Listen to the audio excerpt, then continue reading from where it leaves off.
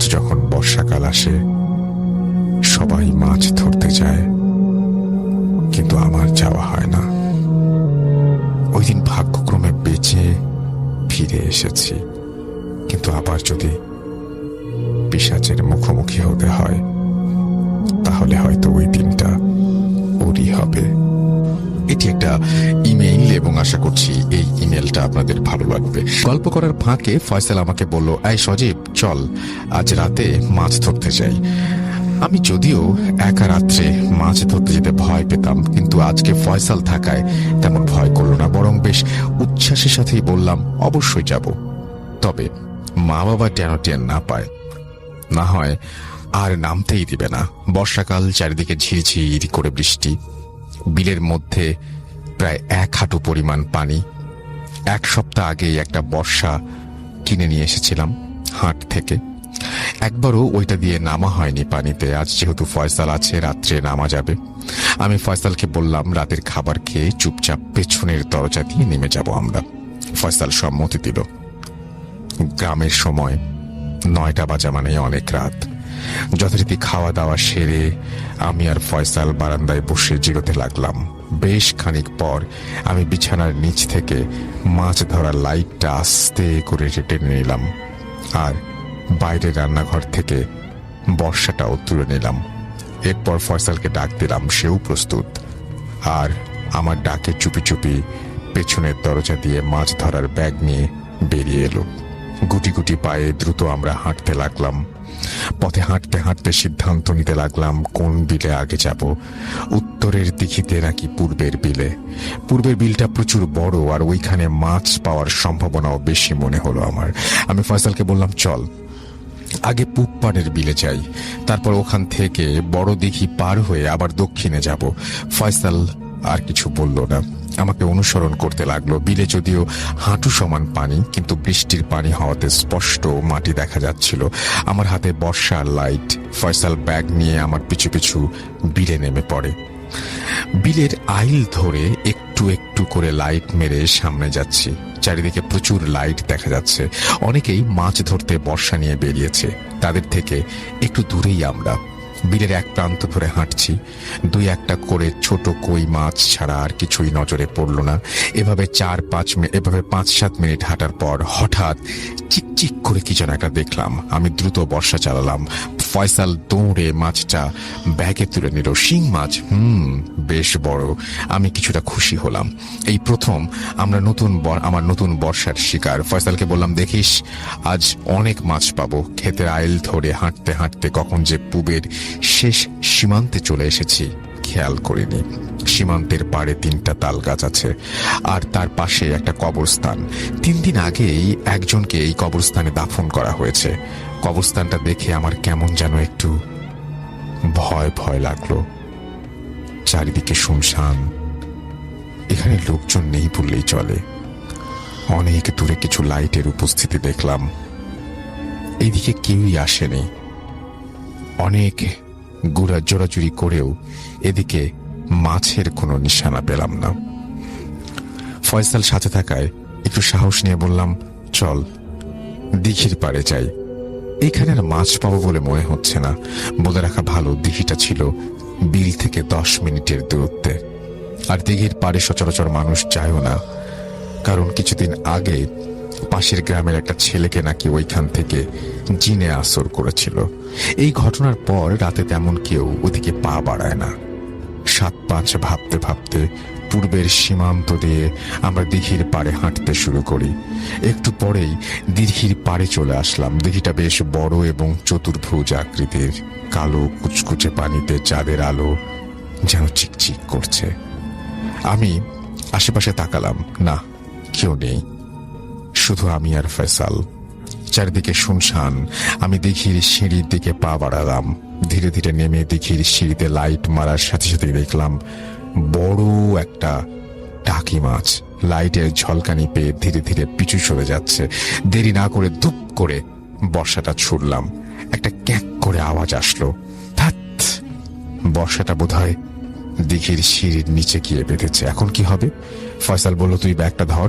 আমি লাইট নিয়ে নিচে নেমে দেখি কি বিঁধল।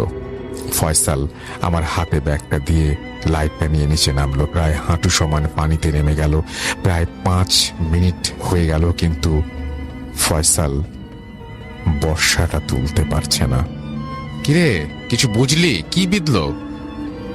ফয়সাল চুপচাপ দাঁড়িয়ে আছে, কিছু বলছে না। কিরে ফয়সাল, বর্ষাটা খোল, নিয়ে আয়, দেখিস একটা শিক যাতে না ভাঙে।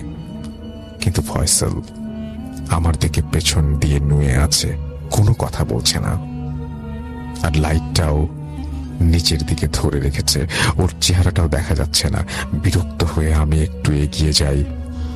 যেই ফয়সালের জামা ধরে টান দিলাম, কিন্তু এ তো ফয়সাল না। আমার আত্মা যেন খাঁচা থেকে বেরিয়ে যাবার অবস্থা। এক দৃষ্টিতে আমি তাকিয়ে আছি বিড়াল রূপী একজন মানুষের দিকে। চোখগুলো যেন আগুনের মতো কোটর থেকে বেরিয়ে যাবার উপক্রম।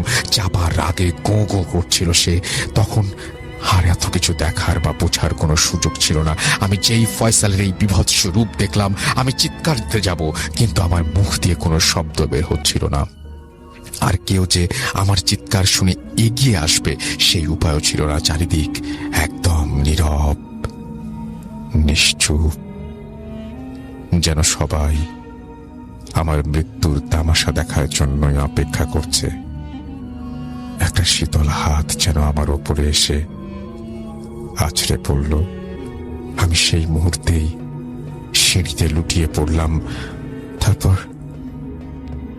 তারপর কি ঘটেছিল আর কিছু মনে নেই। পরদিন সকালে সবকিছু শোনার পর আমার অবস্থা যেন আরো খারাপ হয়ে গেল। ফয়সাল আমার মাথার পাশে বসা, ও নাকি রাত্রে আমার সাথে বের হয়নি, এমনকি মাছের ব্যাগও নাকি ও খুঁজে পায়নি। যেই আমাকে এটা বলার জন্য বারান্দায় এসেছে, ততক্ষণে আমি আর সেখানে নেই। ফয়সালের কেমন একটু সন্দেহ হলো। ওই আমাকে খোঁজার জন্য সবাইকে সবকিছু বলে দেয়। প্রায় 1.5 ঘন্টা নাগাদ খোঁজার পর নাকি আমাকে এই দিঘির পাড়ে সিঁড়িতে অজ্ঞান অবস্থায় পাওয়া যায়। সেদিনের পর আমাকে আর মাছ ধরা আমার একদম বন্ধ হয়ে যায়।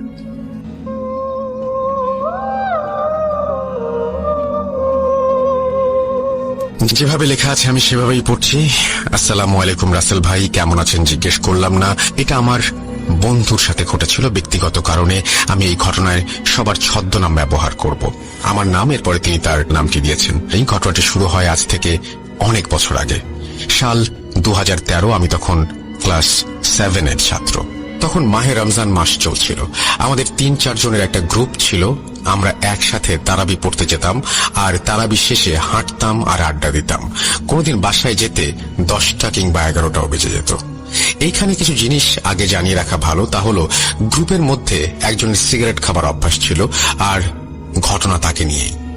এইভাবে দিন যেতে লাগলো। তারপর আসলো শবে কদরের রাত। আমাদের মধ্যে একজনের নাম ছিল রিফাত। তার দায়িত্ব ছিল খোঁজ খবর নেওয়া যে কোন মসজিদে মিলাদের পর ভালো খাবার দেবে। এভাবে আমরা প্রতি বছর 4-5টা মসজিদে হিসাব মিলিয়ে মিলাদ শেষে হাজির হয়ে যেতাম। তো সেবার তাই করলাম।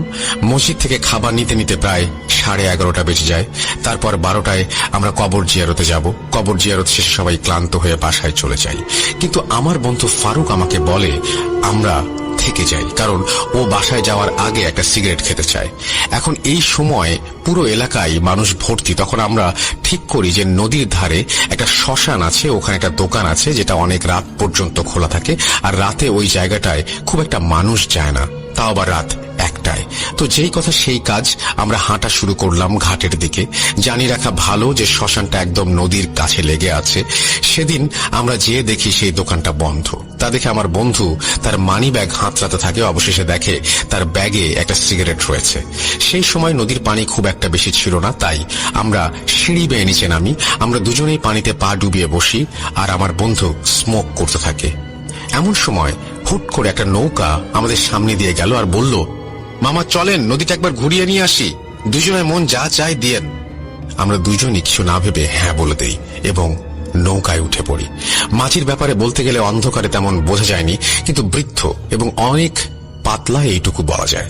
নৌকার মাঝে চাটাই দিয়ে ঘেরা ছিল। আমরা সেখানে গিয়ে বসি, বুঝতে পারি নৌকা চলা শুরু হয়ে গেছে। বোধ রাখা ভালো যে সেই সময় নদীর পানি খুব একটা বেশি ছিল না।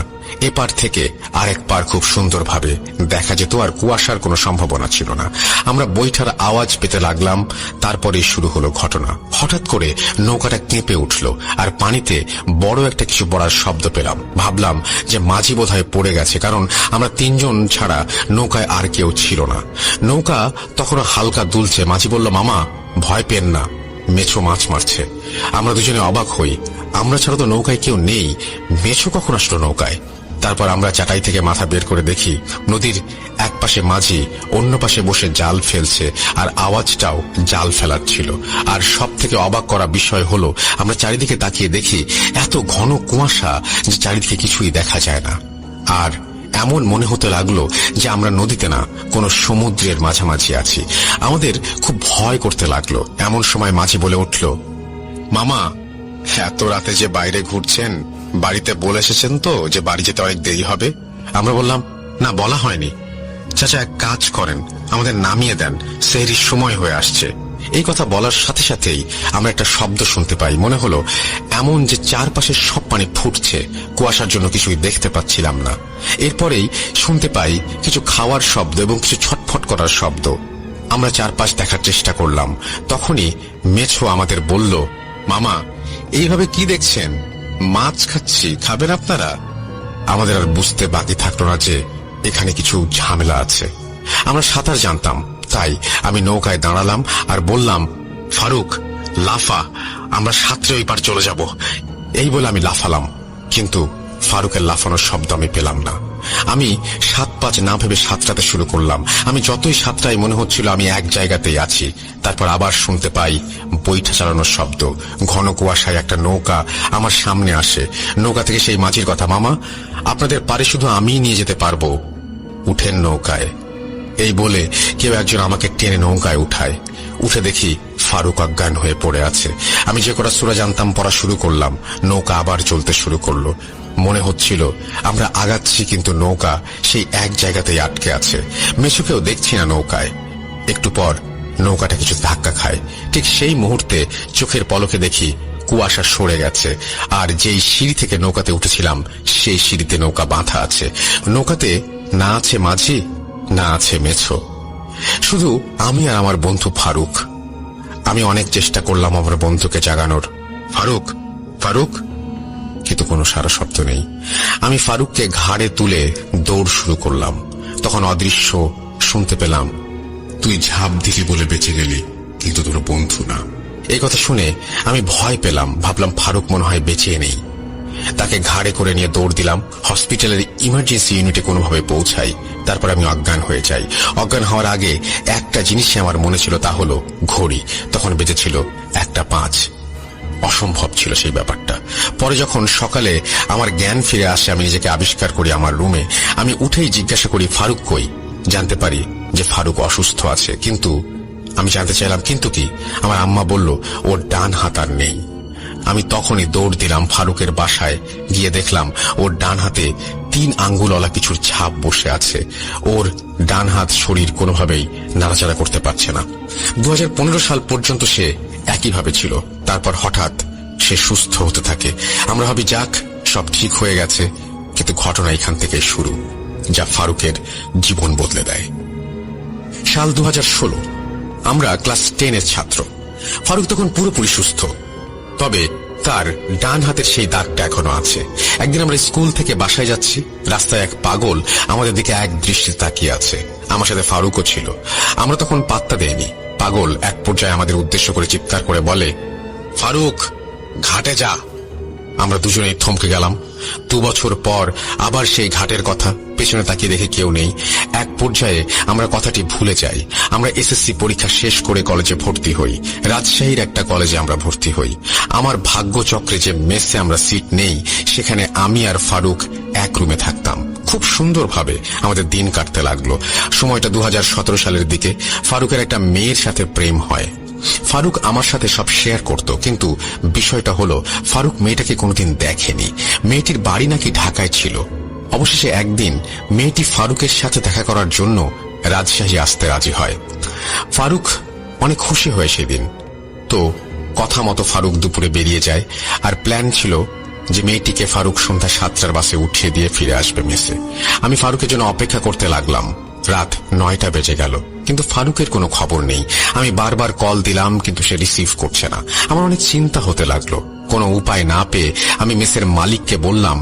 তিনি আমাকে বললেন, তুমি থামো, আমি আসছি, তারপর দেখি কি করা যায়। আমি এটাও জানতাম না যে সে কোথায় আছে। আমি সেই বাস কাউন্টারে গেলাম যেখানে টিকিট কাটার কথা, কিন্তু তারা জানায় সন্ধ্যা 7টায় ফারুক নামের কেউ টিকিট কাটেনি। রাত 2টায় মেস মালিক জানান যে ফারুককে পাওয়া গেছে, সে হাসপাতালে আছে। আমি দৌড়ে গেলাম, দেখলাম সে অজ্ঞান, তার ডান পায়ে বড় একটা ব্যান্ডেজ। জিজ্ঞেস করলাম কি হয়েছে ওর। ডাক্তার বলল, কোন হিংস্র পশু আপনার বন্ধুর পায়ে কামড় দিয়েছে।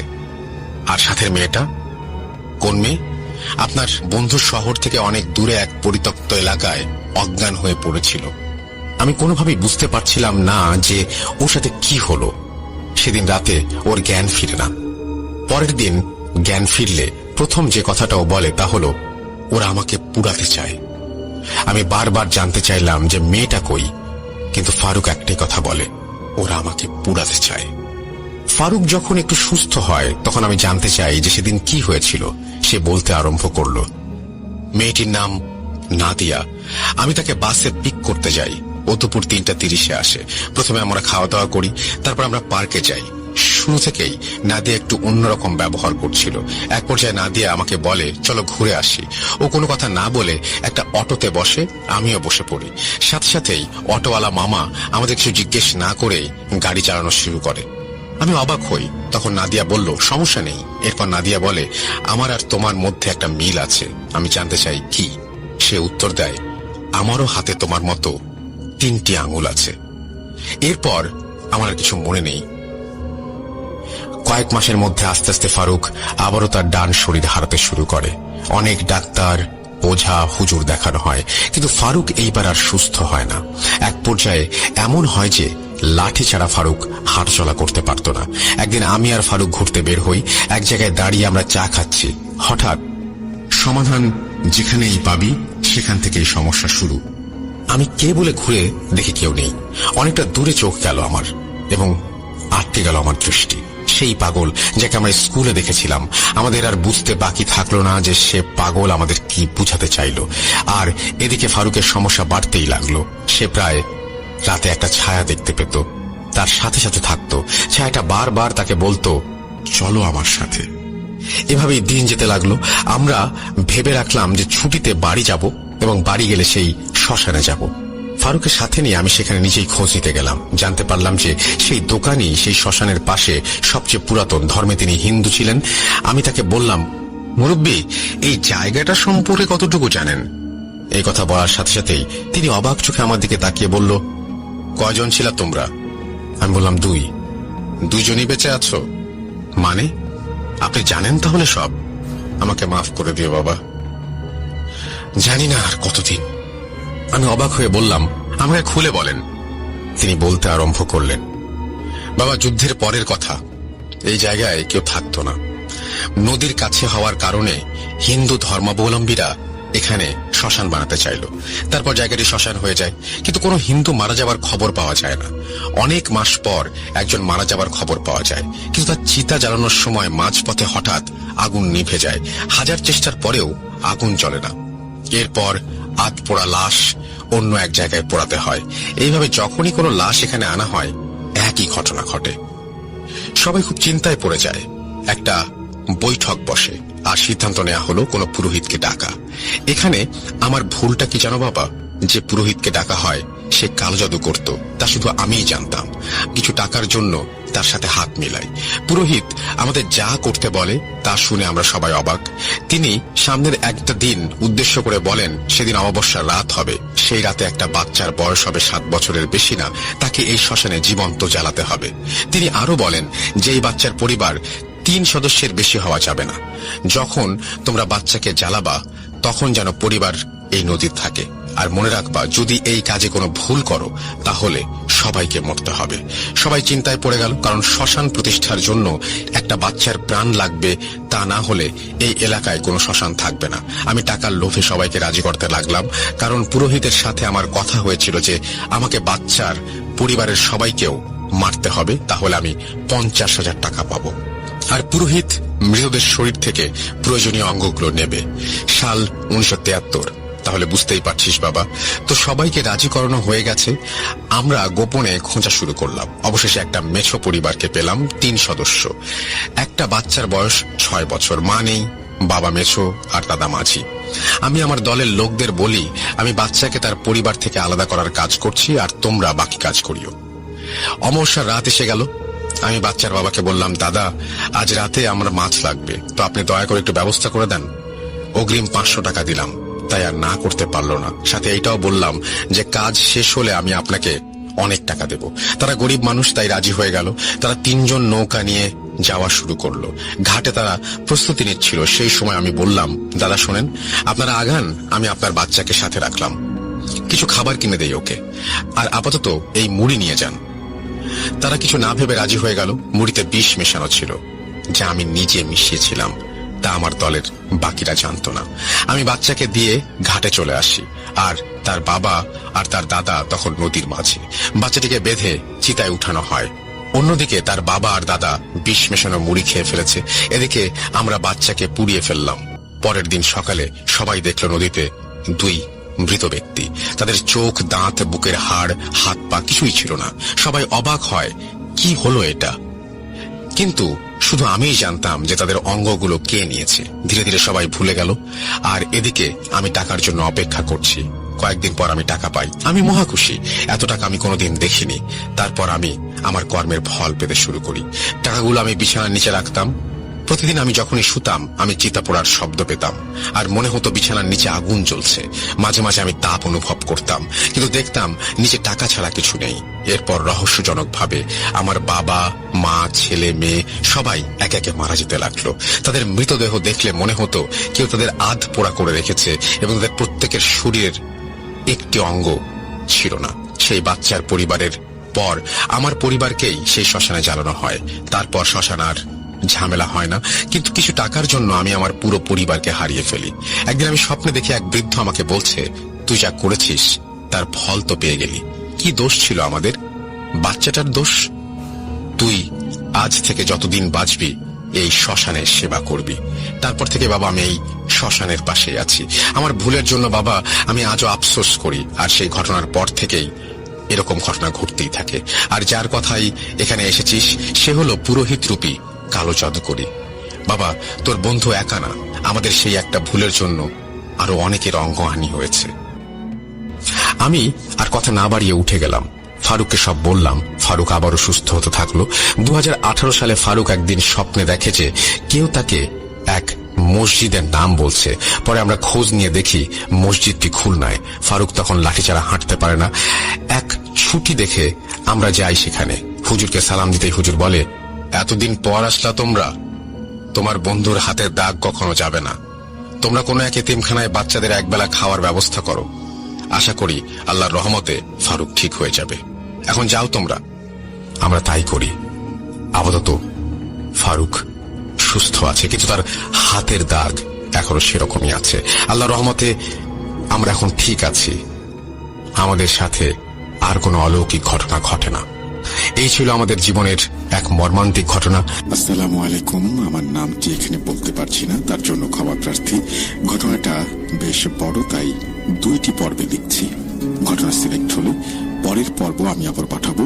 আপনারা যারা ভৌতিক ঘটনাগুলো বিভিন্ন প্ল্যাটফর্ম থেকে শোনেন তারা কিছুটা হলেও হয়তো আমাকে চিনবেন। ঘটনা শুরু করা যাক। ঘটনার সময়কাল 19 শতক। এক লোক ছিলেন, তার নাম বাবুই সরকার। এই বাবুই সরকারের বাড়ি ছিল চরে। এখনো চরে মানুষ বসবাস করেন। আগে চর এলাকার মানুষদের খুব ছোট করে দেখা হতো। তারা বাজার ঘাট করার জন্য নদী পার হয়ে আমাদের এই এলাকায় আসতো। কেউ যেতেন ডাংরার হাট, কেউ বা বিদ্যানন্দ বাজার, আবার কেউ যেতেন বুড়ির হাট বাজার। চর এলাকায় মানুষদের ভাটিয়া বলা হতো, যদিও ভাটিয়া শব্দের অর্থ ভাটিতে অর্থাৎ নিম্নভূমিতে যে সমস্ত মানুষরা বসবাস করেন তারা। এই শব্দটা এক ধরনের ট্রল বা অপমানজনক ছিল। যেমন কারো মাথার চুল উস্কো খুস্কো দেখলেই বলা হতো, আরে তুই তো ভাটিয়া রে বেটা। আমাদের এলাকায় এই শব্দটি অপমানজনক হিসেবেই বিবেচিত হতো। যাক, ঘটনায় ফেরা যাক। এই বাবুল সরকার ছিলেন চর এলাকার এক বিত্তশালী ব্যক্তি। তার জমি জমা এত বেশি ছিল যে তার কোনো হিসেব ছিল না। তিনি চর এলাকার মাতব্বর ছিলেন। বিচার সালিশ তিনি করতেন, নামাজ কালাম তেমন একটা পড়তেন না। তিনি মানুষকে লাভের উপর টাকা দিতেন, আর সেই টাকা যদি কেউ ফেরত দিতে না পারত তাহলে তার জমি দখল করে নিতেন। বাবুল সরকারের বাড়ি একদম ফাঁকা একটা জায়গায় ছিল। চর এলাকাতে এমনিতেই বেশিরভাগ জায়গা ফাঁকা, বড় গাছ নেই বললেই চলে, আর বাড়িগুলো অনেক দূর পর্যন্ত ছড়িয়ে ছিটিয়ে ছিল। চর এলাকায় ঘাস অনেক বেশি হওয়ায় গবাদি পশুও ছিল অনেক। বাবুল সরকারের এক ছোট ভাই ছিল, নাম তার বেল্লাল সরকার। যদিও এলাকার জমি জমা সবকিছু বাবুল সরকারই দেখাশোনা করতেন, বছর শেষে বেল্লাল সরকার তার অংশ নিয়ে যেতেন। বাবুল সরকার তার প্রথম স্ত্রীর কাছে কোনো সন্তান না পাওয়ায় তাকে তালাক দেন। তারপর আরেকটি বিয়ে করেন। বাবুল সরকারের বাড়িতে ছিল 2 ঘর, একটি রান্নাঘর, একটি গোয়াল ঘর এবং একটি হাঁস মুরগি পালন করার ঘর, অর্থাৎ খামার বা খোয়ার। রাতের বেলায় তিনি নিজের জমির পাশাপাশি অন্য মানুষের জমিতে পানি দিতেন শ্যালো মেশিন দিয়ে। শ্যালো মেশিনের ঘরটিও বাড়ির পাশেই ছিল এবং তা বাড়ি থেকে স্পষ্ট দেখা যেত। বাবুল সরকারের বেশিরভাগ রাত কাটত এই শ্যালো ঘরে।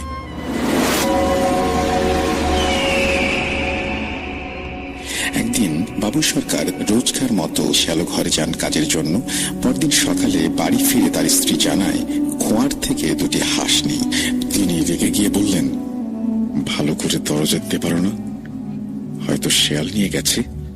চর এলাকায় শেয়ালের উপদ্রব তো অনেক। এইভাবে প্রায় প্রতিদিন হাঁস মুরগি হারাতে থাকলো। একদিন সকালবেলা দেখা গেল তার গোয়াল ঘর থেকে একটি ছাগল নেই।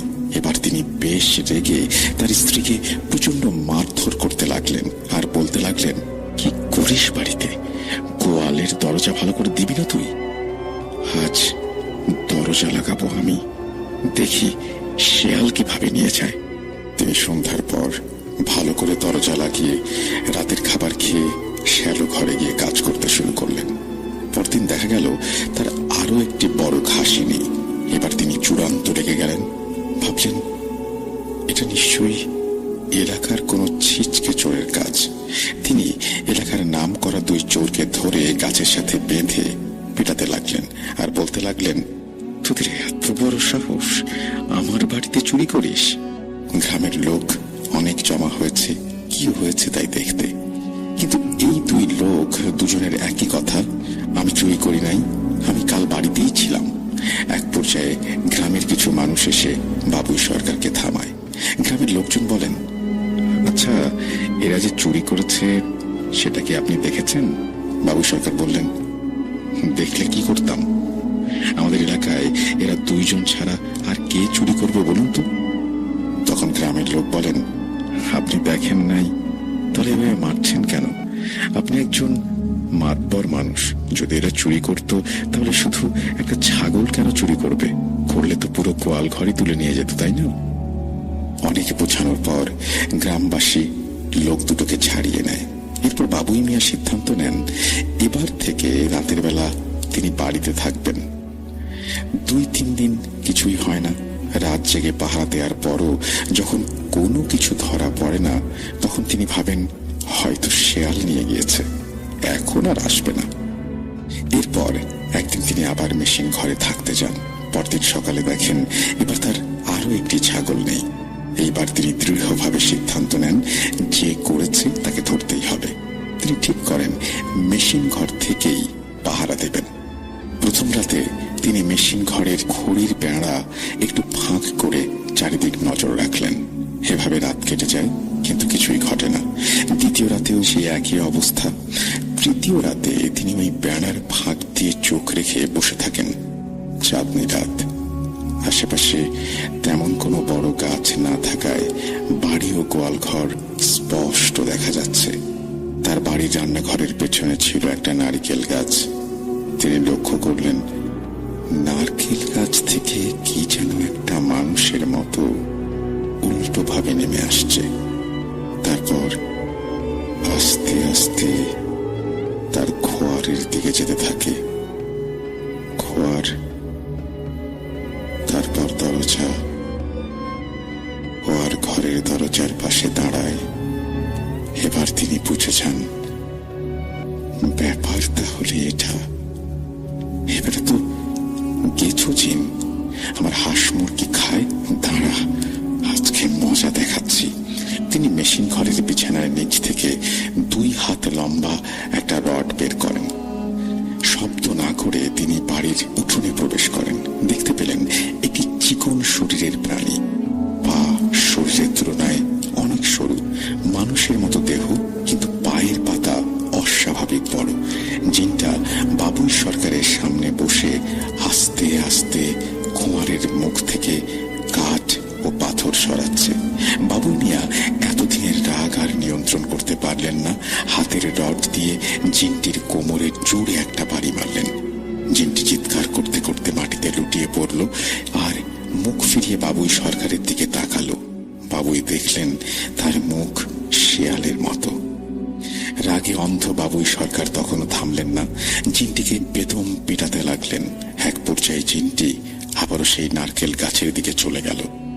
এরপর তিনি মেশিন ঘরে না গিয়ে সরাসরি ঘুমিয়ে পড়লেন। পরের দিন এই ঘটনাটা তিনি তার স্ত্রীকে বললেন। এভাবে 3 দিন কেটে যায়। বাবুই স্বাভাবিক কাজকর্মে ব্যস্ত ছিলেন। এক রাতে মেশিন ঘরে কাজ করতে করতে তিনি ঘুমিয়ে পড়েন। হঠাৎ ঘুম ভেঙে দেখলেন মেশিন বন্ধ হয়ে গেছে। তেল ফুরোর কারণে তিনি তেল দিয়ে আবার মেশিন চালু করে শুয়ে পড়লেন, কিন্তু ঘুম আসছিল না। মেশিনের শব্দের মধ্যেও তিনি বাইরে কিসের যেন দৌড়াদৌড়ির শব্দ পাচ্ছিলেন, যেন কেউ ঘরের চারপাশে ক্রমাগত দৌড়াচ্ছে। শব্দে মাটি কেঁপে উঠছিল। তিনি কান খাড়া করে শুনলেন, কিন্তু ভাবলেন মেশিনের শব্দের কারণেই মনে হয় হচ্ছে। পরের রাতে মুষলধারে বৃষ্টি হলে তিনি মেশিন বন্ধ করে ঘুমিয়ে পড়লেন। আবার সেই দৌড়ানোর শব্দ। তিনি চিৎকার শুনলেন, কি রে বাইরে? হঠাৎ দরজার সামনে শব্দ থেমে গেল। টিপটিপ বৃষ্টির মধ্যে তিনি কোনো প্রাণীর গোঙানির শব্দ শুনতে পেলেন। ঠিক যেমন রাগী কুকুর গর্জন করে, তিনি হেই হেই করে শব্দ করলেন, কিন্তু গোঙানি আরো জোরে উঠতে লাগলো। বাবুই তখন হ্যারিকেনের আলো জেলে হাতে একটা গাদার বেঞ্চ দিয়ে দরজা খুলতেই চমকে উঠলেন। সেই জিন দরজা থেকে 3 হাত দূরে কুঁজো হয়ে দাঁড়িয়ে আছে। ভয়ঙ্কর চেহারা। কিছু বুঝে ওঠার আগেই জিনটি ঝাঁপিয়ে পড়ল বাবুইয়ের ওপর। হ্যারিকেন মাটিতে পড়ে গেল। শুরু হলো ধস্তাধস্তি। একসময় জিনটি নিস্তেজ হয়ে ছেড়ে দিল। বাবুই দৌড়ে বাড়ি চলে গেলেন। বৃষ্টি এত তীব্র ছিল যে টিনের ছাদে পড়ার সঙ্গে সঙ্গে তার স্ত্রী ঘুমিয়ে থাকায় তার ডাক শুনতে পাচ্ছিল না। হঠাৎ পেছনে গোঙানির শব্দ শুনে ফিরে তাকাতেই দেখলেন সেই জিনটি কুঁচো হয়ে পা ল্যাংচাতে ল্যাংচাতে তার দিকে আসছে। আজ হয় আমি মরব, নইলে ওই জিনটি মরবে। বাড়ির উঠোনে আবার শুরু হলো লড়াই। জিনটির নখের আঘাতে বাবুইয়ের শরীর ক্ষতবিক্ষত হলো। শেষ পর্যন্ত জিনটির দেহ আবারও নিস্তেজ হয়ে পড়ল, কারণ সে বাবুইয়ের সাথে কোনোভাবেই পেরে উঠছিল না। সে ওই গাদার রেঞ্জ দিয়ে বারবার মাথায় আঘাত করছিল। বাবুই তখন রাগে কাঁপছিল। হঠাৎ অন্ধকারে রান্নাঘর থেকে চিকচিকে কান্নার শব্দ শুনতে পেল। নারকেল গাছের দিকে তাকাতেই দেখল 10 থেকে 12টি লাল আলো, যেন রক্ত চোখ। তিনি ভয় পেয়ে ভাবলেন এবার ঘরে ঢুকে যাওয়া ভালো হবে, নাহলে কখন কি হয়ে যায় বলা তো যায় না। তিনি আবার দরজায় জোরে জোরে করাঘাত করতে লাগলেন। অনেক জোরে দরজায় কড়া নাড়ার কারণে তার স্ত্রীর ঘুম ভেঙে যায় এবং তিনি দরজা খুলে দেন। তিনি ঘরে প্রবেশ করে জামা কাপড় বদলিয়ে শুয়ে পড়েন। কিছুক্ষণ পর বৃষ্টি থেমে গেলে তিনি উঠোনে কয়েক জোড়া পায়ের হেঁটে বেড়ানোর শব্দ শুনতে পান। শব্দটা অল্প সময়ের জন্য ছিল। এরপর তিনি ঘুমিয়ে পড়েন। সকালে উঠে যখন ঘুম ভাঙে, তিনি কাল রাতের কথা মনে করে দৌড়ে উঠোনে যান। গিয়ে কিছুই দেখতে পান না। তিনি তার স্ত্রীকে ডাকেন এবং জিজ্ঞেস করেন, তুমি উঠোনে কিছু দেখেছো? কই, না তো। তিনি আর কথা না বাড়িয়ে এলাকার এক ইমাম সাহেবের কাছে সমস্ত ঘটনা খুলে বলেন। হুজুরকে যদিও তিনি সবটা বলতে চাননি, কারণ তিনি চোর ভেবে যে দুইজনকে পিটিয়েছিলেন এটা জানাজানি হলে পরে সমস্যা হতে পারে। হুজুরের কাছ থেকে পানি পড়া নিয়ে তিনি বাড়ি চলে আসেন।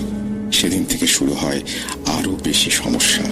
কিছুদিনের জন্য তিনি একজন লোক রেখেছিলেন তার মেশিনের কাজ করার জন্য। তিনি বাসাতেই ছিলেন।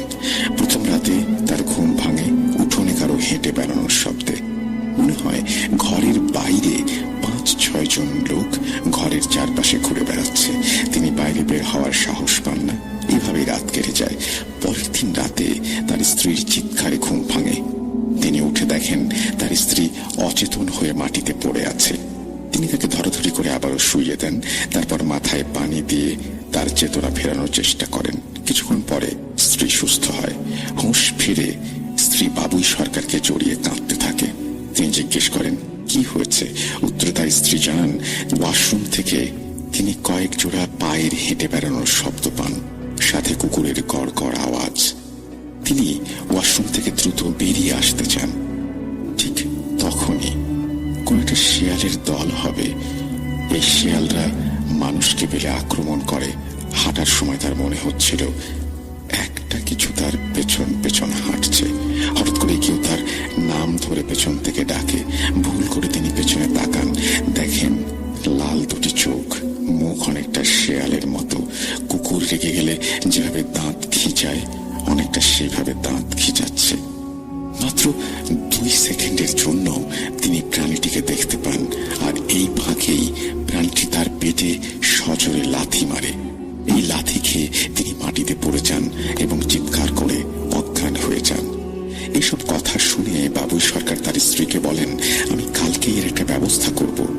পরদিন তিনি চর এলাকার এক কবিরাজকে বাসায় নিয়ে আসেন। কবিরাজ বলেন, 90 দিন আপনাদের কেউ গরুর মাংস খাবেন না, আর কেউ যদি গরুর মাংস খেয়ে এই বাড়িতে প্রবেশ করে তাহলে এই বন্ধনটি কেটে যাবে। তাই সাবধান থাকবেন, বাড়িতে কাউকে খুব একটা ঢুকতে দেবেন না। এভাবে বেশ কিছুদিন কেটে যায় কোন রকম সমস্যা ছাড়াই। তারা একরকম ভুলেই গিয়েছিল ঘটনাটি। এর মাঝেই বাবুর সরকারের স্ত্রীর পেটে বাচ্চা আসে। তিনি খুব খুশি হন। একদিন তাদের চর এলাকায় এক বিয়ের দাওয়াত আসে। তিনি তার স্ত্রীকে সেই দাওয়াতে নিয়ে যান। ভালোভাবে খাওয়া দাওয়া করে বাড়ির পথে রওনা দেন। দাওয়াত বাড়ি থেকে তাদের বাসার দূরত্ব মাত্র 20 মিনিট পায়ে হেঁটে। তারা বের হন মাগরিবের আজানের একটু আগে। মাঝ রাস্তায় পৌঁছানোর পর আজান হয়। এরপর বাবুই সরকার লক্ষ্য করেন তাদের পেছন পেছন কে যেন ফিস ফিস করে কথা বলছে। তিনি পেছন ঘুরে তাকালে কিছুই দেখতে পান না। ভাবেন এটা হয়তো মনের ভুল। তারা যখন বাড়িতে প্রবেশ করেন তখন চারিদিকে অট্টহাসির শব্দ ভেসে আসে। তিনি স্ত্রীর দিকে তাকিয়ে জিজ্ঞেস করেন, তুমি কিছু শুনছো? তার স্ত্রী জানান, না, আমি তো কিছু শুনছি না। সেই রাত থেকেই শুরু হয় আরো বড় সমস্যা। এবার মনে হয় টিনের চালে কেউ ধুপধাপ করে পা ফেলছে। তিনি টর্চ নিয়ে বের হন। টিনের চালের দিকে আলো ফেলেন, কিছুই দেখতে পান না। চারিদিকে খুঁজে কিছু না পেয়ে তিনি ঘরে ঢুকে দরজা বন্ধ করে দেন। তখন দেখেন উঠোনে দরজার সামনে 4 থেকে 5টি অবয়ব দাঁড়িয়ে আছে। দরজা থেকে 5 থেকে 6 হাত দূরে তাদের চোখ জলজল করছে। অবয়বগুলো খিলখিল করে হেসে ওঠে। তিনি আতঙ্কে দরজা বন্ধ করে দেন। দরজা বন্ধ করার শব্দে তার স্ত্রীর ঘুম ভেঙে যায়। তিনি জিজ্ঞেস করেন, কি হয়েছে? তিনি হাতের ইশারায় স্ত্রীকে চুপ থাকতে বলেন। এরপর দরজার ফাঁক দিয়ে টর্চের আলো ফেলেন, কিন্তু কিছুই দেখতে পান না। আর তখন তার মনে পড়ে যায়, হায় হায়, কি করেছি? 90 দিন পার হওয়ার আগেই দাওয়াত বাড়িতে গিয়ে গরুর মাংস খেয়েছি। তিনি ভাবলেন কাল আবার কবিরাজের বাসায় যাবেন। পরদিন সকালে তিনি কবিরাজের বাড়িতে যান। গিয়ে জানতে পারেন কবিরাজ তার স্ত্রীকে নিয়ে শ্বশুর বাড়ি গেছেন। শ্বশুর অসুস্থ, ফিরতে 1 থেকে 2 দিন দেরি হবে। তিনি হতাশ হয়ে বাড়িতে ফেরেন। সেদিনের মতো কাজ শুরু করেন, কিন্তু রাত নামতেই সেই একই সমস্যা আবার শুরু হয়। টিনের চালের উপরে হাঁটা, গড়গড় শব্দ, অদ্ভুত সব আওয়াজ। পরদিন সকালে ফজরের নামাজের পর তিনি খেয়াল করেন তার মেশিনের শব্দ তিনি শুনতে পাচ্ছেন না। তিনি মেশিন ঘরের দিকে যান, গিয়ে দেখেন সেই ছেলেটি যাকে তিনি কামলা হিসেবে নিয়োগ করেছিলেন দরজার বাইরে অচেতন অবস্থায় পড়ে আছে। তিনি প্রথমে ভয় পেয়ে যান, চোর ডাকাত এসেছিল কিনা সেই চিন্তায়। এরপর ঘরের ভেতরে ঢুকে চারিদিকে তাকিয়ে দেখেন সবকিছু ঠিকঠাক আছে। তখন তিনি ছেলেটির হুঁশ ফেরানোর ব্যবস্থা করেন। হুঁশ ফিরে এলে ছেলেটি বলে, আমি আর এই মেশিন ঘরে কাজ করব না। কারণ জিজ্ঞেস করলে ছেলেটি বলতে শুরু করে, কাল রাতে আমি এখানে ঘুমিয়েছিলাম, হঠাৎ ঘুম ভেঙে যায়, দেখি মেশিন একা একাই জোরে জোরে শব্দ করছে, আবার একা একাই কমে যাচ্ছে সেই শব্দ। আমি ভাবলাম হয়তো কোনো যান্ত্রিক ত্রুটি। উঠে গিয়ে মেশিনটি বন্ধ করে চেক করা শুরু করলাম কোথায় সমস্যা। ঠিক তখনই মেশিন ঘরের বাইরে কারো হাঁটাহাঁটির শব্দ পেলাম। দরজা খুলতেই দেখলাম 4-5 জন কালো প্রাণী সামনে দাঁড়িয়ে, মুখটা শেয়ালের মতো। এরপর করে আমার হেরিকেনটা নিভে গেল। প্রাণীগুলোর মধ্যে একটি প্রাণী এসে আমাকে ধরে আছাড় দিল। তারপর আর কিছু মনে নেই। বাবু সরকার সব শুনে বললেন, আরে এটা তেমন কিছু না, তুমি থাকো, আমি কিছু টাকা বাড়িয়ে দেবো। কিন্তু ছেলেটি বলে, আমি এই কাজ করব না, আপনি অন্য কাউকে দেখেন। সেদিন শেষ রাতের বেলা বাবু সরকার ভাবলেন তিনি নিজেই থাকবেন এই মেশিন ঘরে। সেদিন রাত থেকেই মেশিন ঘরে তিনি নিজেই থাকা শুরু করলেন। মাঝরাতে হঠাৎ দরজায় ঢোকা। কে? আমি বসের। তিনি দরজা খুলে দেখতে পেলেন তার পরিচিত এক লোক, তার নাম বসের। তিনি জিজ্ঞেস করলেন, কি হয়েছে? বসের মিয়া বললেন, মোস্তাক আলীর বাসায় একটা সমস্যা হয়েছে, সে তার স্ত্রীকে খুন করেছে। এখনই আপনি চলেন, বিচার করতে হবে। তিনি বললেন, একটু দাঁড়াও, মেশিনটা বন্ধ করে আসছি। তিনি হাতে লাইট নেন, কিন্তু দেখতে পান এটিও জ্বলছে না। তিনি ভাবলেন হয়তো ব্যাটারি শেষ। তখন বসের মিয়া বলেন, লাইট লাগবে না, চাঁদনি রাত, আজ আকাশ পরিষ্কার। তিনি লাইট রেখে রওনা দিলেন বসের মিয়ার পিছু পিছু। এখান থেকে মোস্তাক আলীর বাসা 15 মিনিটের হাঁটা পথ। রাস্তার পাশে 1-2টি ঘর বাড়ি থাকলেও বেশ দূরে দূরে। বসের মিয়া আগে আগে যাচ্ছিল, আর বাবুই সরকার পেছন পেছন।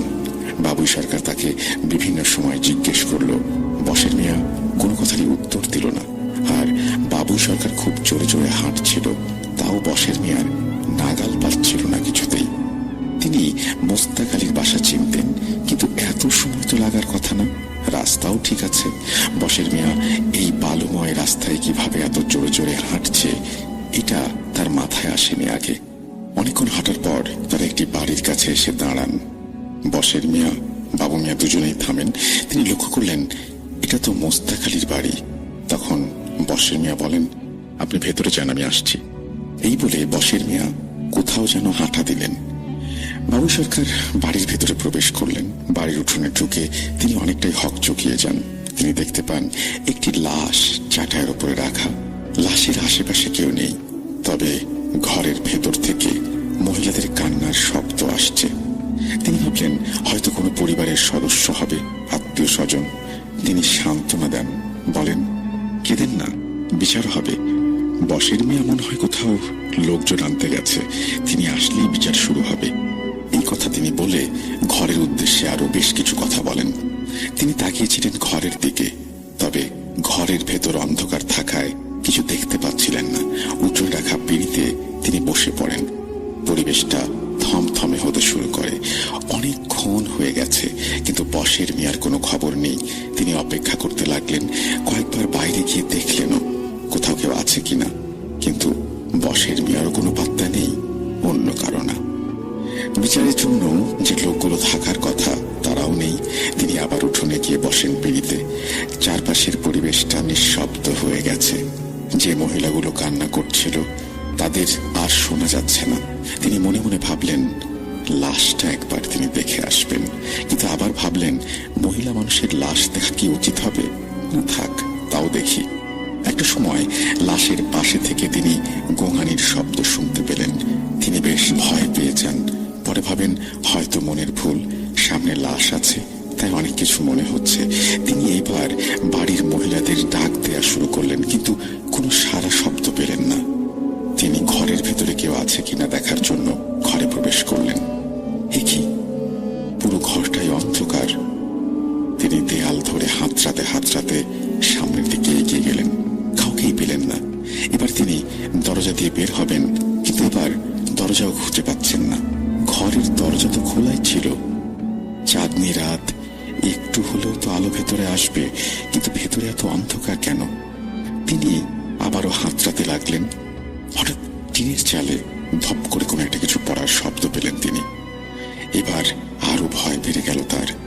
তিনি টিনের বেড়া ধরে দরজা খুঁজছিলেন। এক পর্যায়ে দরজা খুঁজে পান। অবাক হন, দরজা লাগানো। মানে দরজা তো একটু আগে খোলা ছিল, তাহলে লেগে গেল কখন? আর লেগে গেলে তিনি শব্দ পেলেন না কেন? তিনি দরজা খুলে উঠোনে সেই চমকে উঠলেন। লাশ নেই। কুকুর শেয়ালে নিয়ে যায়নি তো? তিনি চারিদিকে খুঁজতে লাগলেন। হঠাৎ একটা গোঙানির শব্দ। কোথা থেকে আসছে শব্দটা তিনি বুঝতে পারলেন না। টিনের চালের উপরে আবারও শব্দ। তিনি ভয়ে সেন্স হারানোর মতো অবস্থায় চলে যান। কি এই শেয়ালের মতো দেখতে প্রাণীটি? ভয়ে তার আত্মা শুকিয়ে যায়। একটি প্রাণী টিনের চালে বসে আছে। বাবু সরকার আর সহ্য করতে পারেন না। ও মা গো বলে একটা দৌড় দেন। দিক বিদিক হয়ে দৌড়াচ্ছেন তিনি। চারিদিকে শুধু বালির চর। এক পর্যায়ে তিনি হঠাৎ সম্বিত ফিরে পান। দেখেন কোথাও কিছু নেই। তিনি এবার সামনে তাকাতেই দেখতে পান দূরে 4 জন মানুষ হাঁটছে। তিনি ওই দিকে ছুটতে থাকেন আর ডাকতে থাকেন, কিন্তু তারা কেউ বাবুই সরকারের ডাকে সাড়া দিচ্ছিল না। বাবুই সরকার লোকগুলো থেকে 10 হাত দূরে এসে পড়েন। এইবার তিনি কাপড় দেখে চিনতে পারেন, আরে এটা তো বশের মিয়া। তিনি বশের মিয়ার কাছে গিয়ে জানতে চান, আরে মিয়া কোথায় ছিলেন আপনি? জানেন আমি কি দেখেছি? তখন বশের মিয়া বলেন, কি দেখেছিস তুই? আমার মতো নাকি রে? এই বলে বশের মিয়া তাকায়। বশের মিয়ার রূপটি তখন ছিল পিশাচের মতো। তিনি চিৎকার করেন সাহায্যের জন্য, কিন্তু বিশাল ধুধু বালুচরে তাকে সাহায্য করার মতো কেউ নেই। হঠাৎ তার কানে হু হু করে একটা শব্দ আসে। তিনি লক্ষ্য করেন 50 থেকে 60 হাত দূরে একটা পালকি, 4 জন পালকি কাঁধে নিয়ে আসছে। হঠাৎ সেই পিশাচগুলো থমকে যায়। পরের দিন তিনি হুঁশ ফিরে পান। তিনি লক্ষ্য করেন তিনি একটি ঘরে শুয়ে আছেন, কিন্তু এই ঘরটি তার নয়। তার গায়ে প্রচন্ড ব্যথা। একটু পর একজন হুজুর গোছের মানুষ ঘরের ভেতরে ঢোকেন আর জিজ্ঞেস করেন, এখন কেমন লাগছে আপনার? বাবু সরকার যদিও কোনো কথা বলতে পারছেন না, তাই ফিসফিস করে তিনি বলতে চেষ্টা করেন, আমার কোমরে অনেক ব্যথা করছে। তারপর লোকটি জানায়, আপনি তো জ্বরের মধ্যে পড়েছিলেন। আপনি জ্বরে ওইভাবে পড়েছিলেন কেন বলুন তো? আপনার বাড়ি কোথায়? তখন বাবু সরকার বলেন, আমার বাড়ি তো চর বিদ্যানন্দ। লোকটি বলেন, আপনি এত দূরে কিভাবে আসলেন? এটা তো বুড়িরহাট। বুড়িরহাট চর বিদ্যানন্দ চর থেকে 5-6 কিলোমিটার দূরে। বাবু সরকার বলেন, আমি কাল রাতে আমার শ্বশুর বাড়িতে ছিলাম। আমার স্ত্রী সন্তান সম্ভবা, আমি তাকে দেখছিলাম। ফজরের আজানের আগে আগেই রওনা দিই, কারণ আমার বাড়িতে অনেক কাজ আছে, গরু ছাগল আছে। আসার সময় আপনাকে পড়ে থাকতে দেখি চরের মাঝে। আমি একা ছিলাম না, আমার সাথে আমার শ্যালকও ছিল। প্রথমে আমরা ভেবেছিলাম এটা খারাপ কিছু হতে পারে। পাশ কাটিয়ে চলে যাচ্ছিলাম, মন সায় দিল না। কি হয়েছিল বলুন তো? কি হয়েছিল বাবু সরকারের কাছে জানতে চাইলে বাবু সরকার বলতে পারেন না। তারপর লোকটি নিজে বাবু সরকারকে ঘোড়ার গাড়িতে উঠিয়ে দেন আর চালককে বলেন আস্তে আস্তে গাড়ি চালিয়ে হেঁটে হেঁটে তার ঠিকানায় রেখে আসতে। বাবু সরকারের স্ত্রী তাকে দেখেই নানান প্রশ্ন করেন। বাবু সরকার বলেন মুকুল মিয়াকে ডেকে দিতে। এই মুকুল মিয়া হলো এই বাবু সরকারের খাস লোক। আমরা যাকে বলি অমুকের ডান হাত অমুকের বাম হাত, সেরকম। বাবু সরকার বলেন, ডাক্তার নিয়ে এসো।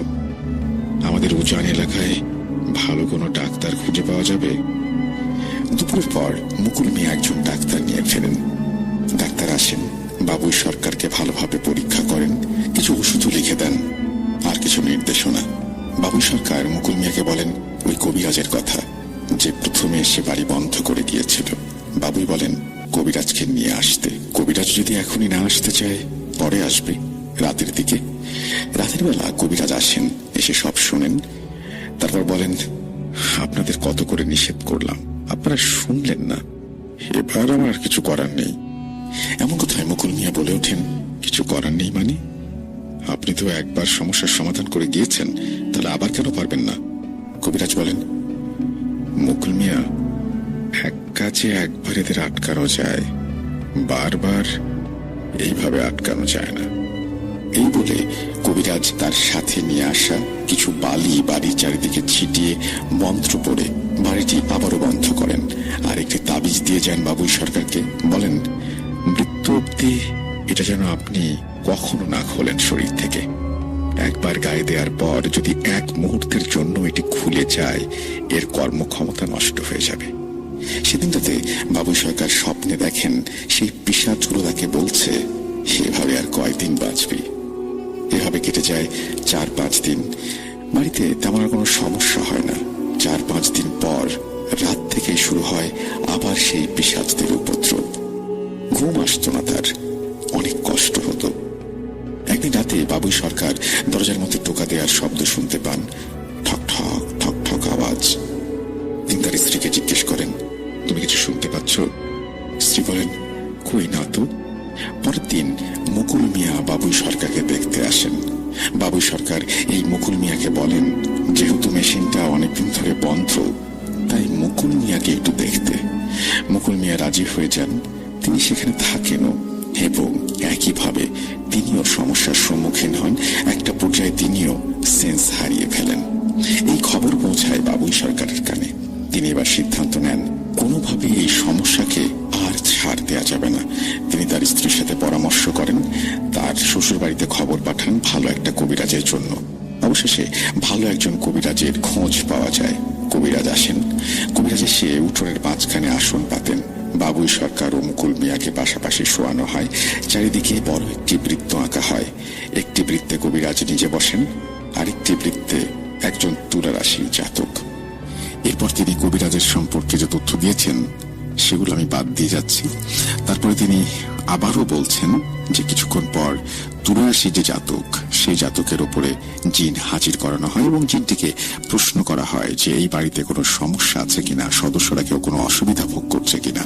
তুলা রাশির গায়ে থাকা জিনটি বলে, আমাকে একটু সময় দিন, আমি সব তথ্য নিয়ে আসছি।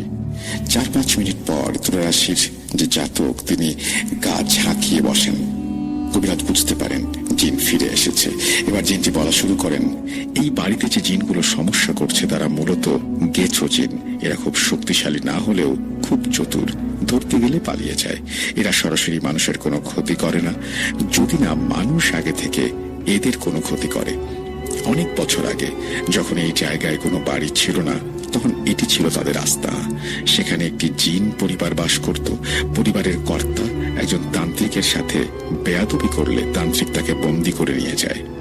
এরপর তাকে দিয়ে বিভিন্ন কাজ করানো হয়, মানুষকে ভয় দেখিয়ে অসুস্থ করা, আবার ঠিক করে টাকা নেয়া। জিনটি মুক্তি চাইলে তান্ত্রিক তাকে তা দিতেন না। জিনটির বাকি পরিবার অনেক অনুরোধ করলেও কাজ হয়নি। বছর কেটে যায়, তান্ত্রিক মারা যান, কিন্তু জিনটি বন্দী থেকে যায়। বহু বছর পর সে কোনোভাবে মুক্তি পেয়েছে, নিজের বাড়িতে ফিরে এসেছে। তার পরিবারের বাকি সদস্যরা খবর পেয়ে ছুটে আসে, তাকে বলে, এই জায়গায় এখন বাড়ি হয়েছে, মানুষেরা চলাফেরা করছে, এখানে থাকা আমাদের পক্ষে কোনোভাবেই সম্ভব না। তারা কর্তা জিনকে তাদের সঙ্গে নিয়ে যেতে অনুরোধ করে, কিন্তু কর্তা জিন রাজি হয় না।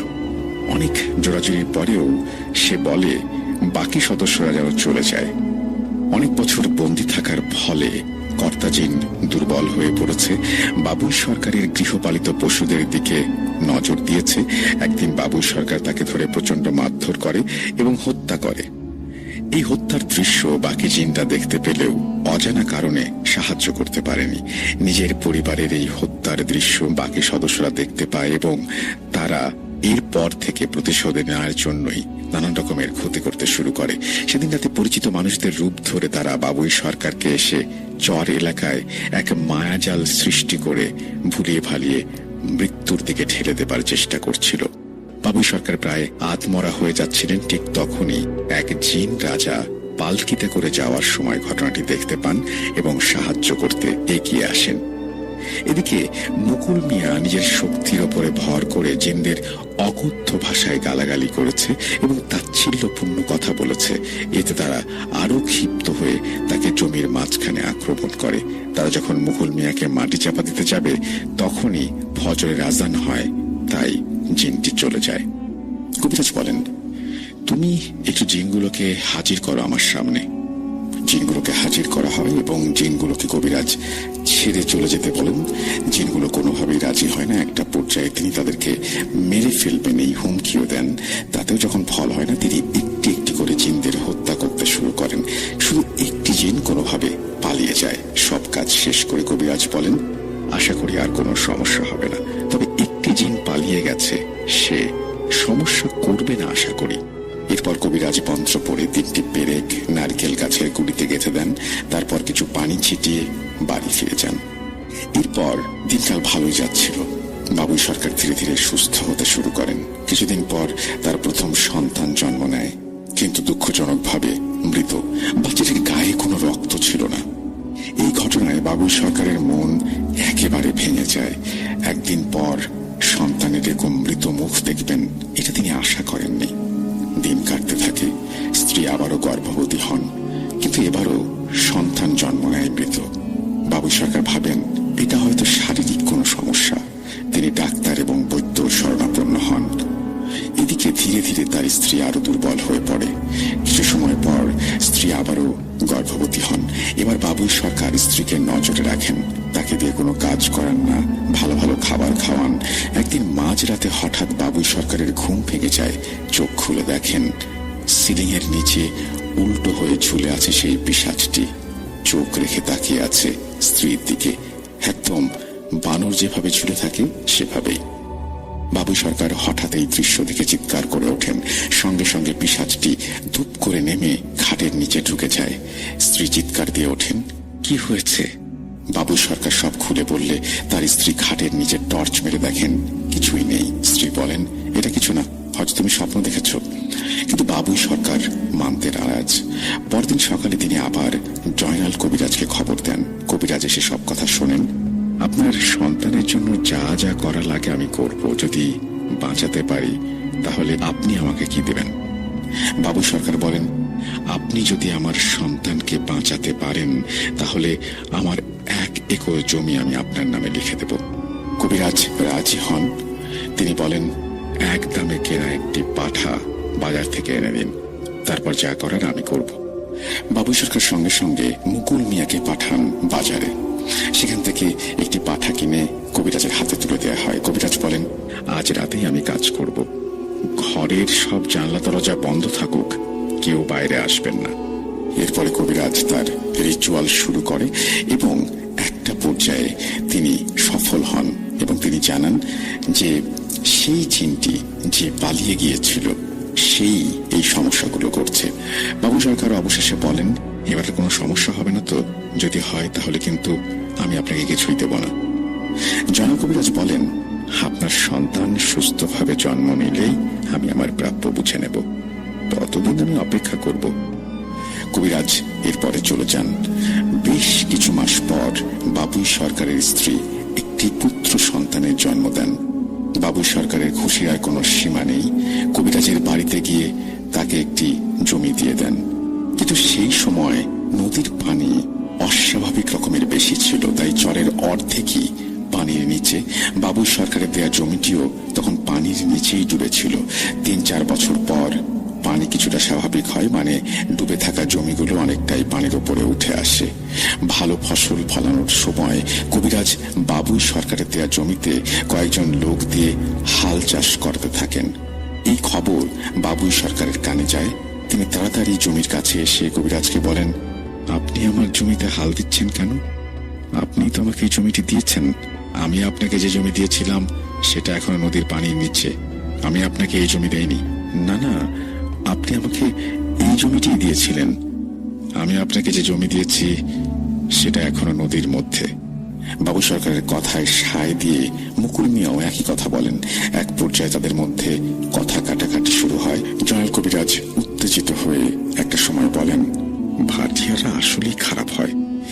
এই কথায় বাবুই সরকার ও মুকুল মিয়া চটে যায়। তারা এক পর্যায়ে জয়নাল কবিরাজকে অপমান করেন এবং তাকে গায়ে ধাক্কা দিয়ে মাটিতে ফেলে দেন।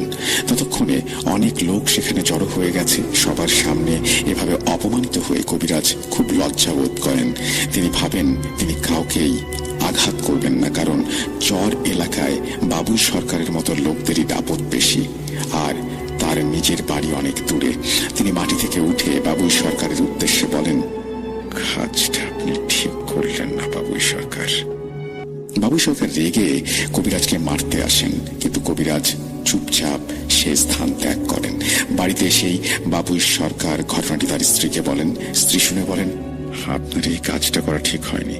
ওনার কারণেই আপনি বেঁচে আছেন, আমাদের একটা পুত্র সন্তানও হয়েছে। বাবু সরকার বলেন, আমি তো তাকে জমি দিয়েছি, সে কেন আমার জমিতে হাল দেবে? এরপর বাবু সরকারের স্ত্রী তার বাবার বাড়িতে বেড়াতে যান। যাওয়ার পথে তার দেখা হয় জয়নাল কবিরাজের সঙ্গে। তিনি স্বামীর জন্য দুঃখ প্রকাশ করেন। আমি স্বামীর সঙ্গে কথা বলে আপনাকে আরেকটা জমি দিয়ে দেব। তখন জয়নাল কবিরাজ বলেন, মা, তুমি বাড়ি ফেরার সময় একবার আমার বাড়ি থেকেও ঘুরে যেও, তোমাকে আমিও কিছু দেব। প্রায় 4-5 দিন পর, যেদিন বাবুই সরকারের স্ত্রী বাড়ি ফিরছিলেন, সেদিন কবিরাজের বাড়িতে যান। কবিরাজ তাকে দেখে খুব খুশি হন, উঠোনে বসান এবং বলেন, তুমি একটু বসো, আমি এখনই আসছি। এই বলে কবিরাজ ঘরের ভেতরে যান এবং একটি কাঁচের বোতলে পানি এনে তার হাতে দেন। বাবু সরকারের স্ত্রী জিজ্ঞেস করেন, এটা কি? জয়নাল কবিরাজ বলেন, তোমার স্বামীর অনেক শত্রু, যে কোনো সময় তারা তার ক্ষতি করতে পারে, এটা থাকলে কেউ ক্ষতি করতে পারবে না। বাবু সরকারের স্ত্রী মনে মনে খুশি হন, পানি গ্রহণ করেন এবং কবিরাজকে ধন্যবাদ দিয়ে চলে যান। যাবার আগে কবিরাজ বলে দেন, এই বিষয়টি স্বামীকে না জানাতে, তাহলে পানির উপকারিতা নষ্ট হয়ে যাবে। এরপর বাবু সরকারকে 7 দিন ধরে সেই পানি খাওয়ানো হয়। তারপর থেকে সমস্যা শুরু। বাবু সরকার রাত হলে ভয় পেতেন। স্ত্রীকে বলতেন, আমার যেন কিসের হাসির শব্দ কানে আসছে, কেউ যেন আমার নাম ধরে ডাকছে, বিকট ভাবে হাঁটছে। আস্তে আস্তে তার শারীরিক এবং মানসিক অবস্থা খারাপ হতে থাকে। তিনি উন্মাদের মতো আচরণ করতে থাকেন। তার স্ত্রী অনেক ডাক্তার দেখান, চিকিৎসা করান, কিন্তু কোনো লাভ হয় না। এক পর্যায়ে তিনি খবর পান একজন ডাক্তারের। তিনি ডাক্তারের বাড়ি অনেক দূরে হওয়ায় একা যেতে পারবেন না, ফলে মুকুল মিয়াকে অনুরোধ করেন তাকে নিয়ে যেতে। মুকুল মিয়া রাজি হয়ে যায়, কারণ বাবুই সরকারের সঙ্গে তার সম্পর্ক ভালোই ছিল। মুকুল মিয়া বাবুই সরকারকে নিয়ে রওনা দেন ডাক্তারের ঠিকানায়। ডাক্তারের বাড়িতে গিয়ে দেখেন অনেক রোগীর ভিড়। কিছুক্ষণ অপেক্ষা করার পর ডাক্তার বাবুই সরকারকে ভালোভাবে পর্যবেক্ষণ করেন এবং সকল সমস্যা মনোযোগ দিয়ে শোনেন।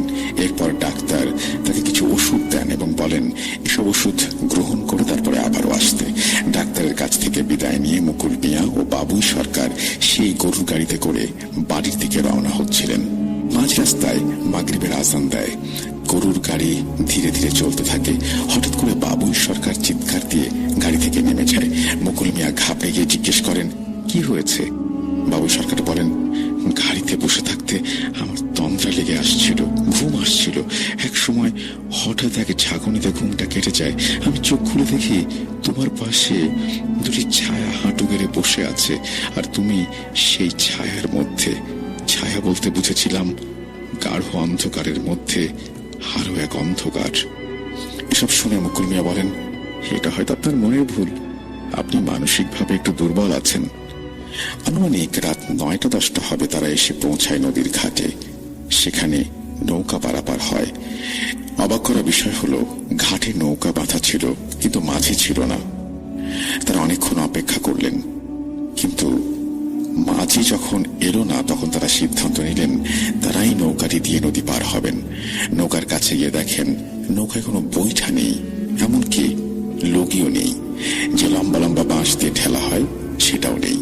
হঠাৎ পেছনে কারো আসার শব্দ শুনতে পান। ঘুরে দেখেন একটি লোক হাতে একটি বস্তা নিয়ে তাদের দিকে এগিয়ে আসছে।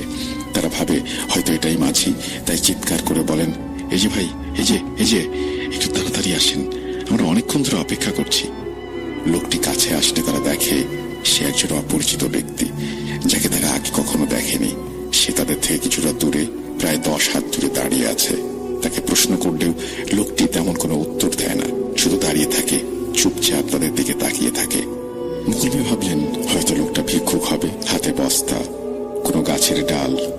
ভিক্ষুকই, অন্য কিছু না। আকাশের মেঘ আস্তে আস্তে চাঁদটাকে মুক্ত করতে থাকে, আস্তে আস্তে আলো বেশি হতে থাকে। চাঁদের আলোতে নদীর পাড় আলোকিত হয়ে যায়। তারা লক্ষ্য করেন অন্য দিক থেকে একটা নৌকা মাঝ বরাবর যাচ্ছে। তারা ডাক দেন, ও ভাই, এদিকে আসেন, আমাদের একটু পার করে দেন। সেই নৌকাটি মাথা ঘুরিয়ে পাড়ে আসতে থাকে। এটা দেখে তারা বেশ খুশি হয়। নৌকা যখন কাছে আসে তখন তারা দেখতে পান একটি লোক চাদর মুড়ি দিয়ে পুরো মাথাটাকে ঢেকে রেখেছে। নৌকাটি ঘাটে ভিড়লে যে লোকটি বস্তা হাতে নিয়ে এসেছিল সেই বস্তা সহকারে নৌকায় উঠে যায়, আর তার দেখা দেখি অন্যরাও নৌকায় উঠে পড়ে। বলে রাখা ভালো, নদী প্রস্থে বড় হলেও সেই সময় পানি খুব কম ছিল। মাঝ নদীতে খুব বেশি হলে 2 মানুষের সমান পানি হবে। যখন নৌকা মাঝ নদীতে আসে তখন তারা বস্তার ভেতর থেকে খসখস আওয়াজ শুনতে পায়। তারা নৌকার পেছনে মাঝি এক হাত সামনে বসেছিল। হঠাৎ তারা লক্ষ্য করে মাঝি কিছু একটা বস্তা থেকে বের করে খাচ্ছে। মুকুল মিয়া বলতে থাকেন, আরে ভাই, কি করছেন? পড়ে যাবেন তো, আগে পার করে দিন। তাদের কথা শুনে মাঝিরা ঘুরে তাকায় এবং তারা দেখতে পায় যে দৃশ্য, সেই দৃশ্য বর্ণনাতীত, ভয়ঙ্কর দৃশ্য। চেহারা ঠিক মানুষের মতো ছিল না, যা হয় আর কি। এরপর তারা ভয় পেয়ে পানিতে লাফ দেয়। পানি কোমর পর্যন্ত ছিল। তারা প্রাণপণ দৌড়তে থাকে পাড়ের দিকে, আর পেছন থেকে অট্টহাসি শুনতে পায়। মুকুল মিয়া আর বাবুই সরকার পাড়ে ফিরে আসেন। তারা পেছন ফিরে তাকান, দেখেন নৌকাটি নেই। মুকুল মিয়া বলেন, জানি না আজ কার পাল্লায় পড়বো আবার। কিছুক্ষণ হাঁটার পর বাবুই সরকার বলেন, আমার পেটে খুব মোচড় দিচ্ছে, আমি এখন একটু ওয়াশরুমে যেতে চাই। মুকুল মিয়া রাজি হয় না এই কথায়। মুকুল মিয়া বলে, যা করার বাড়িতে গিয়ে করতে হবে। কিন্তু বাবুই সরকার হাঁটতেই পারছে না। বাধ্য হয়েই মুকুল মিয়াকে রাজি হতে হয়। এবং মুকুল মিয়া খেয়াল করেন যে বাবুই সরকার খুব দ্রুতই তার প্রাকৃতিক ডাকে সাড়া দিয়ে তিনি বেরিয়ে এসেছেন, এবং বের হয়ে এসে তিনি খুব দ্রুত হাঁটতে শুরু করেছেন। বাবুই সরকার কোনো কথা না বলে হন হন করে হেঁটেই চলেছেন। এত তাড়াতাড়ি তিনি ফিরে এলেন কিভাবে? তিনি হঠাৎ বুঝতে পারেন, দেখতে পান বাবুই সরকার ভেবে যার সাথে তিনি এসেছেন তার মুখ সেই নৌকার মাঝিদের মতো। তিনি ভয়ে দৌড়াতে শুরু করেন। অদূরে একটি ঘর দেখতে পান। ঘরের ভেতরটা অনেকটাই অন্ধকার ছিল, কিছু দেখা যাচ্ছিল না। তিনি ঘরে ঢুকে কাউকে না পেয়ে দরজা লাগিয়ে দেন। এরপরে তিনি দরজায় করাঘাতের শব্দ শুনতে পান, কিন্তু কোনোভাবেই খোলেন না। এক পর্যায়ে তিনি অতিরিক্ত ভয় পেয়ে সেখানেই চেতনা হারান, এবং যখন জ্ঞান ফিরে তখন তিনি নিজেকে আবিষ্কার করেন তার বাড়িতে, এবং তার স্ত্রী জানান যে গত রাতে বাবুই সরকারের ছিন্ন ভিন্ন লাশ পাওয়া গিয়েছে। যাই হোক, এরপরে অনেক বছর কেটে যায়। তিনি তার সন্তানকে নিয়ে বাবুই সরকারের বাড়িতেই থাকেন। 25-26 বছর হয়ে গেছে। বাতেন সরকার অর্থাৎ বাবুই সরকারের ছেলে, তার বয়স তখন 29-30 হবে। বাতেন সরকার বিয়ে করেন। তার পরিবারে 3টি ছেলে সন্তান জন্মগ্রহণ করেন। প্রথম সন্তানের বয়স 8 বছর, দ্বিতীয় সন্তানের বয়স 6, তৃতীয় সন্তানের বয়স 3 বছর। আর বাতেন সরকারের স্ত্রী যিনি ছিলেন তার নাম আসমা বেগম। এনার বাড়ি 14 থেকে 15 কিলোমিটার দূরে। তো বাবুই সরকার মারা যাবার পর তার স্ত্রী যিনি ছিলেন উনি একজন মহিলা মানুষ হয়ে এতগুলো জমি একা চাষবাস করতে পারতেন না, তাই তিনি কিছু জমি বন্ধক রেখেছিলেন, কিছু জমি নামমাত্র মূল্যে বিক্রি করে দিয়েছিলেন। এদিকে বাতেন সরকারের ছিল জুয়ার অভ্যাস, মাঝে মাঝে তিনি হাঁটতেন এবং এইভাবে জমি জমাও তিনি অনেক খুইয়েছেন। তো একদিন সকালবেলা বাতেন সরকার খেয়ে দিয়ে বিশ্রাম নিচ্ছিলেন তার ঘরে। হঠাৎ এক ছেলে এসে বাতেন সরকারকে ডাকতে থাকেন। বাতেন সরকার ঘর থেকে বের হয়ে দেখেন ওই যে লোকগুলোর কাছে তিনি জমি বিক্রি করেছিলেন জুয়ার বোর্ডে হেরে, তার 2টি ছেলে এসছে। একটি ছেলে বলতে থাকেন, আব্বা আপনাকে নদীর পাড়ে জমির কাছে এখনই ডাকছেন। তো বাতেন সরকার জিজ্ঞেস করেন, কেন, কি হয়েছে? ছেলেটি বলল, অত কিছু জানি না, আব্বা আপনাকে এখনই ডাকলো। বাতেন সরকার বললেন, তোমরা যাও, আমি আসছি। এই বাতেন সরকারের সাথে তার বাড়ির পাশে একজন ব্যক্তি ছিলেন, তার নাম সাত্তার আলী। তার সাথে আবার এই বাতেন সরকারের খুব ঘনিষ্ঠ সম্পর্ক। তিনি যাবার সময় সাত্তার সাহেবকে সঙ্গে নিলেন। এদিকে নদীর পাড়ে এসে তিনি দেখেন যে মানুষের ভিড়, এবং সেই ভিড়ের মধ্য থেকেই যার কাছে জমি বিক্রি করেছিলেন তিনি এগিয়ে এসে বলেন, কি বাদেন মিয়া, এই ছেলে কি বলছে? একটা ছেলের দিকে ইশারা করেন তিনি। ছেলেটি বলে, এই জমি আমাদের, আমি এখানে জমিতে চাষের জন্য সীমানা দিতে এসেছিলাম, যেটুকু চাষ করব সেটুকুই সীমানা। চাষ করবেন মানে? জমি কি আপনার নাকি? হ্যাঁ, এটা আমার বাবার জমি। এটা আপনার বাবার জমি মানে? এটা আমার বাবার জমি। এই নিয়ে গন্ডগোল বাধে। বাতিন সরকার যার কাছে জমি বিক্রি করেছিলেন তাকে বলেন, কোথা থেকে কোন এক ছেলে এসে বলল এই জমি তার, আর আপনি আমাকে সেই জন্য ডেকে নিয়ে আসলেন? তো এরকম অনেক কথাবার্তা হচ্ছে। এই জমির পাশে আর একটা জমি ছিল, তাদের মধ্যে কিছু জমি বাতিন সরকারেরও ছিল।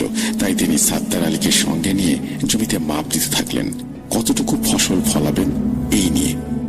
প্রায় দুপুর নাগাদ ওই ছেলে একটি লোককে সঙ্গে নিয়ে নদীর পাড়ে আবারও আসলো।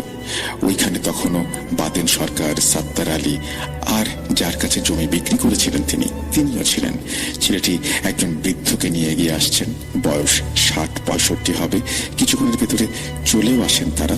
কাছে আসতেই দেখা গেল বৃদ্ধ লোকটি আর কেউ নয়, জয়নাল কবিরাজ। কি ভাবছেন ঘটনা এখানেই শেষ? এটা ঘটনার ভূমিকা মাত্র। এই বলে তিনি তার প্রথম পর্ব শেষ করেছেন। আমি দ্বিতীয় পর্বটি প্রচার করব কিনা সেই ভার আপনাদের উপরে দিচ্ছি। এই প্রথম পর্বটি শুনে আপনারা আজকে কমেন্ট সেকশনে লিখবেন এবং আমাদেরকে ইনবক্স করবেন যে আপনারা দ্বিতীয় পর্বটি চান কিনা। তাহলেই শুধু আমি দ্বিতীয় পর্বটি প্রচার করব বা দ্বিতীয় পর্বটি সংগ্রহ করব।